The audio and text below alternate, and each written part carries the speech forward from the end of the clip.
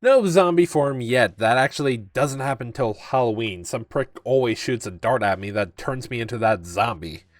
Don't know how I turn back to normal, but hey, that's not what y'all are here for. Now with the sequel coming out on PS4, I feel like it's time to give this game a do-over. Now, I'd made a review of this game but decided to take it down. I just didn't like the quality of that review and would rather it gone in the loosest sense of the word, since this is indeed the internet. The Last of Us is a pretty good game in my opinion, with an awesome storyline. Though, except for the end of the story, which I've never liked. I can't really put my finger on it, but it's probably because it felt a little anticlimactic. That's probably the wrong word now that I think about it, but I'll try to explain myself in the story segment. The one thing in this review I will not be talking about is a DLC chapter Left Behind. At the time of writing this, I still haven't played it, but that's only because up until recently, I didn't even know there was DLC. Though the one thing that I will talk about is Fractions MP. Mainly because, again, at the time of writing this, and actually when I recorded the gameplay, the servers were still active. I was thinking of skipping this because I thought the servers were down, but even then I would still have to talk about it because apparently Naughty Dog is bringing this mode back in The Last of Us 2. Just to get this point out of the way, I do not think the main structure of The Last of Us works for a multiplayer shooter. It's definitely more than that, so hopefully a couple of rounds will make me change my attitude on it since, well, it has been a good chunk of years since I last played that mode. Even then, I only played this mode like once or twice, I want to say.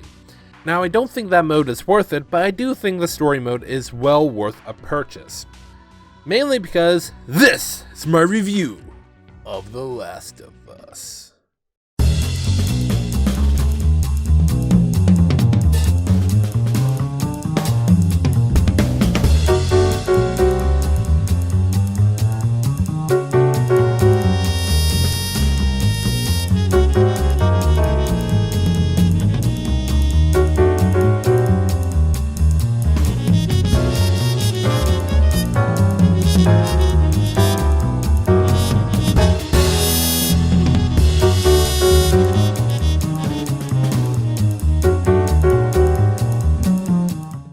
The story of The Last of Us starts with our main character Joel talking to someone on the phone about something that really ain't gonna matter in a couple of hours.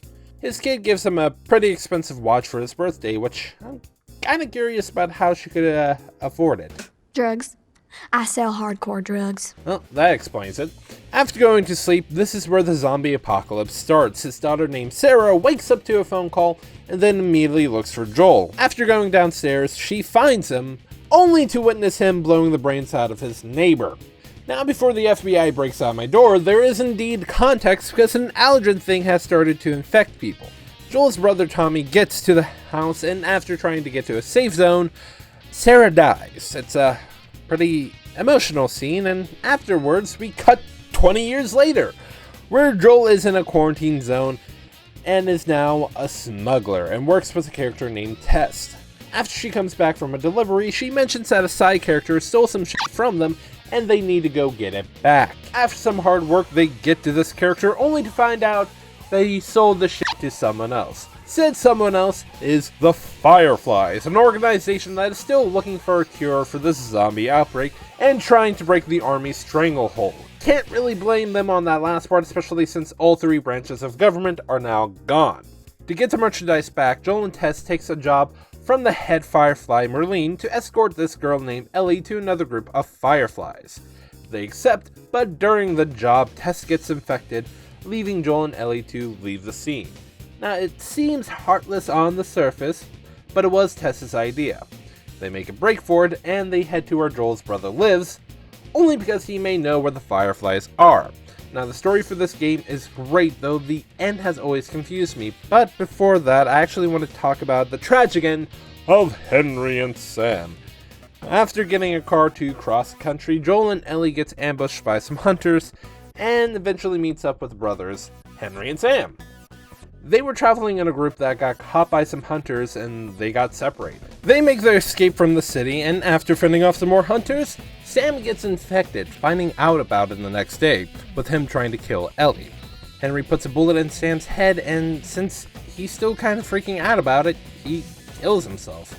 This is something that I wish didn't happen only because they were good for Joel and Ellie to have around. Hell, I think it was Ellie who said it herself. I'm not saying have them together for the whole entire game, but just have them stay at the city where Joel's brother lives at. I think it's just a moment where the whole life sucks thing was applied a little too much. But either way, it's time for the epilogue, and it's something that I will always be confused about, and hopefully the writers will bring it up in the sequel. Now, the way that Ellie is immune to the infection that caused this zombie outbreak relates to her brain.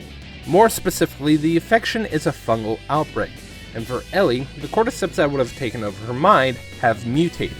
And this is apparently the cause of her immunity, and since it's all over the brain, she's gonna kind of die if the Fireflies remove them. Joel ain't happy about it because Ellie and him grew close during the trip and he doesn't want her to die. He goes to rescue her and kills the leader of the Fireflies so she doesn't send them after Joel. On the way back to Tommy's settlement, Joel tells Ellie a lie that there are more people immune to the infection at the Firefly base, though I don't think she believes him. Now, my only problem is that Joel and Marlene didn't ask Ellie if she really wanted to go through this, telling her what would happen if she did go through with the operation.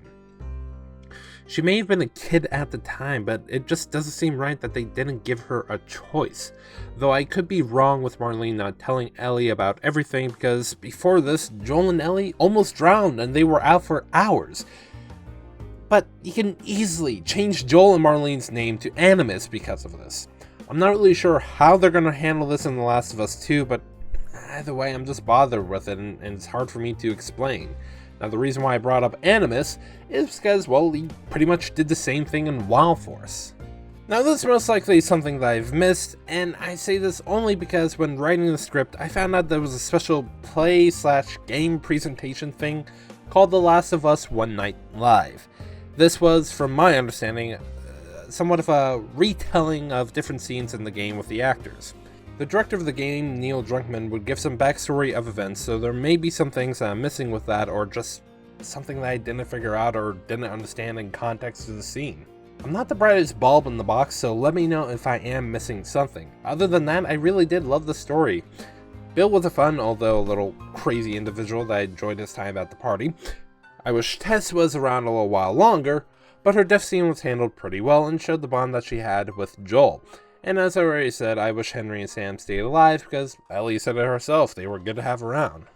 In this game, you'll deal with humans and the infected. Each confrontation with humans can be a little tense because, well, they're not idiots. If they think there's something nearby, they'll investigate it.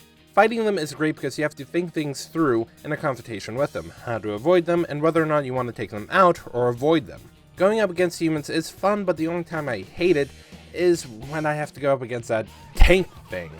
I was lucky enough to avoid it this playthrough, but I hate it every other time I've played this game. I've always got gunned down, and each time I got through it, it was just by sheer luck.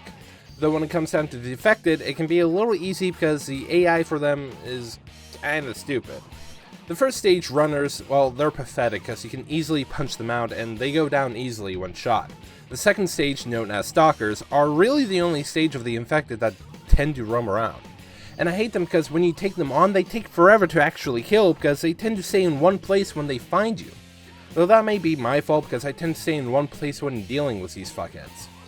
Though when they hide in places, it can actually be a threat, and I'm mainly talking about the first area you face them in. This area of the game is the only area I really hate. The atmosphere is terrifying, and the stalkers really do live up to their name. I kinda wish they didn't chase you as soon as you trigger the flag for them to appear. I think it would have been better to encounter them naturally as exploring the area. Now, the only stages of the infected you'll hate are the third and final stages, known as clickers and bloaters. I find these guys annoying only when they get close to you because it's a death sentence. At least with clickers, you can use a shiv to kill them before they take a bite out of crime. But if a bloater gets close to you, it's game over, and I really hate that. Thankfully, however, there are only 6 times where you face off against bloaters, so I'm not that pissed about it, but the first time just kinda sucks. I never really hated high school like a lot of people. It kinda helps when you have friends that you can make shitposts with, but the first encounter just sucked. It's a good thing I play on easy mode when I record games I've already played, or else I would've went insane! I don't remember this guy being so fast, but I was running away more times than I can count during this fight. It also didn't help that one of the weapons I had equipped was the bow, but thankfully I did have the shotgun equipped, so that did at least help me. Now, during the encounter at the college, I was kind of freaked out until I put it and some other zombies down with some Molotov cocktails. Though that's only because, again, the AI is a little stupid because all it took was one noisemaker and multiple cocktails to get them to burn. Bloaters are a big threat, but given the right circumstances, they go down like a chump. And I mean, it's been a while since I played this game, so it may just be the easy mode because apparently there's a bloater in the basement in that hotel and I just don't remember it. But the only downside when compared to everything else, including fighting bloaters, is swimming. The controls feel a little slow when submerged, and I kinda wish there was a speed up button when underwater. Thankfully, it's not as slow as swimming in Sonic Adventure 2 because, well, that was a slog. And I'm saying that because Joel may be old, but he ain't weak. The only tedious part is using the pallet to help out Ellie. Now, she can't swim, so you have to find a pallet or something to get her to the progression area. I think I could have worded that better, but still, it's not a bad time, but it cuts the pace a little bit, so hopefully she knows how to swim in the sequel, which I'm kinda kicking myself for not buying a PS4. You have a crafting system, and it's really basic, but it's a great addition. During the adventure, you'll find items that can be turned into shit like Molotov cocktails or first aid kits. The system itself is basic, as I already said, but an pinch can really help you out. The only problem with the system is that you can only craft an item after you find it, and that's a slight letdown. Then again, I only have that problem with the Molotov cocktail because it seems like something Joel should know how to make already. It's when he throws a cocktail that I'm concerned with.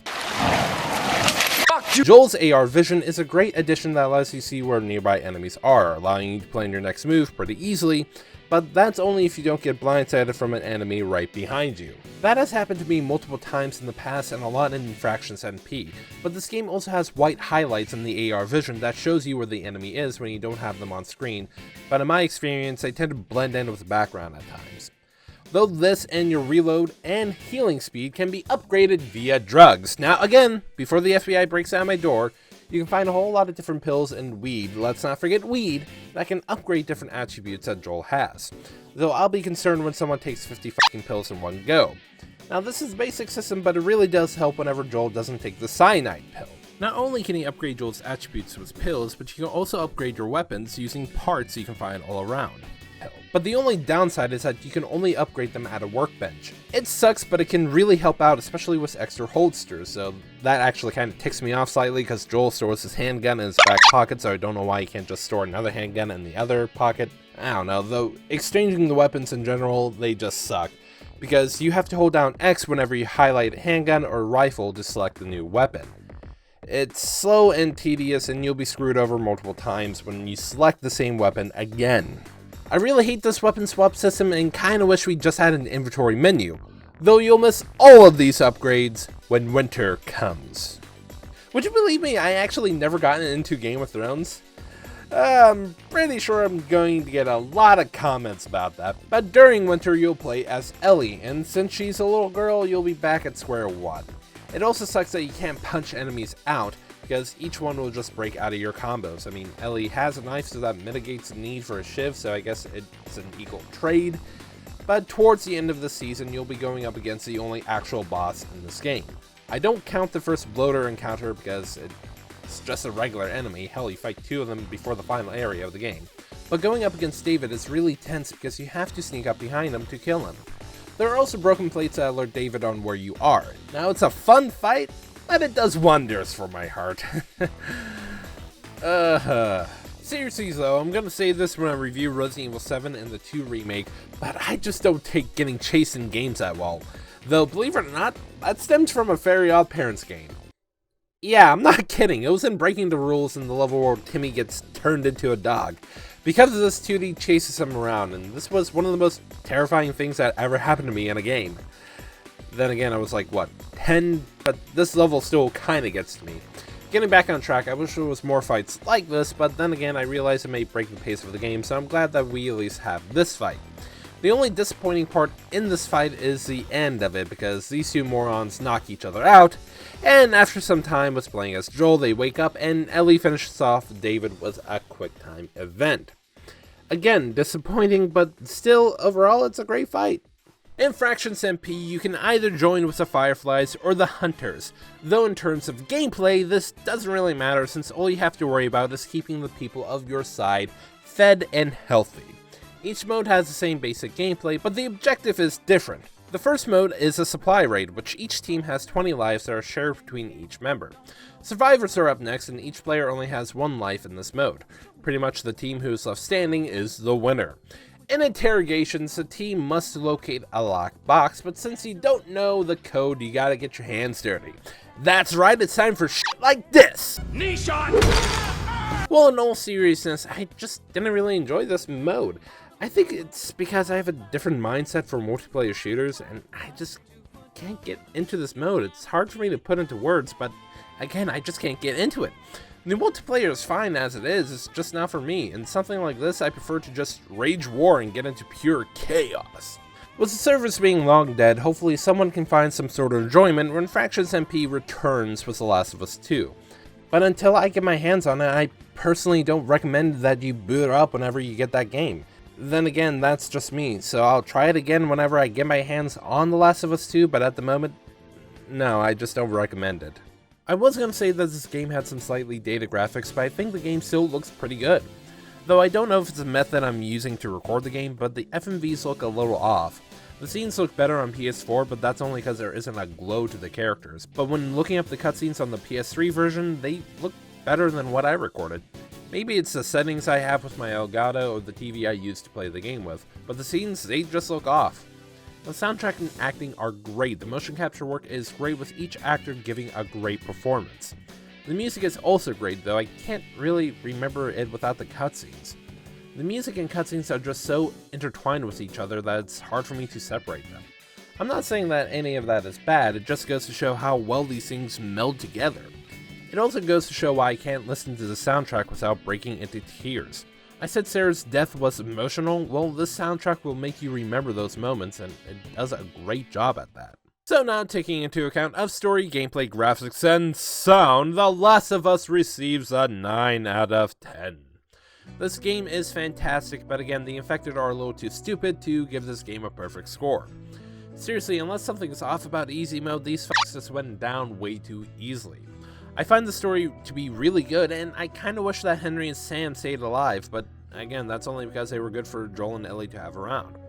Also, to make the game a little less dark than what it was.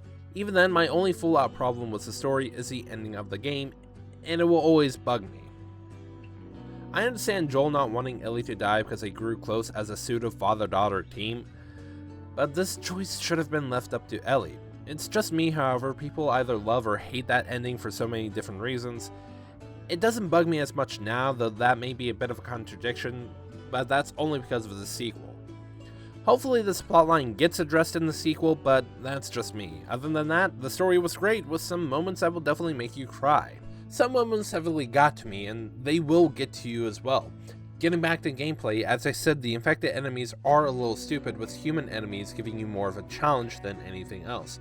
Trust me, I had more problems with them than any clicker in the game. Though I'll say it one more time, it may just be the easy mode. As I said, Fractions MP is just not for me, and whenever I do get The Last of Us 2, I'll give it another go, but I just can't get into it. Again, I just have a different mindset with shooters, and I just can't find any enjoyment in this mode. I love the acting to this game, and seriously, each actor did fantastic work. Now, the soundtrack also amplifies each performance, making you remember these scenes and the emotional impact that they bring. Now, at this point in time, The Last of Us is a Sony exclusive, so that means it's only available on the PlayStation 3 and 4. It's a great time with a pretty good story, so I hope you guys decide to pick it up.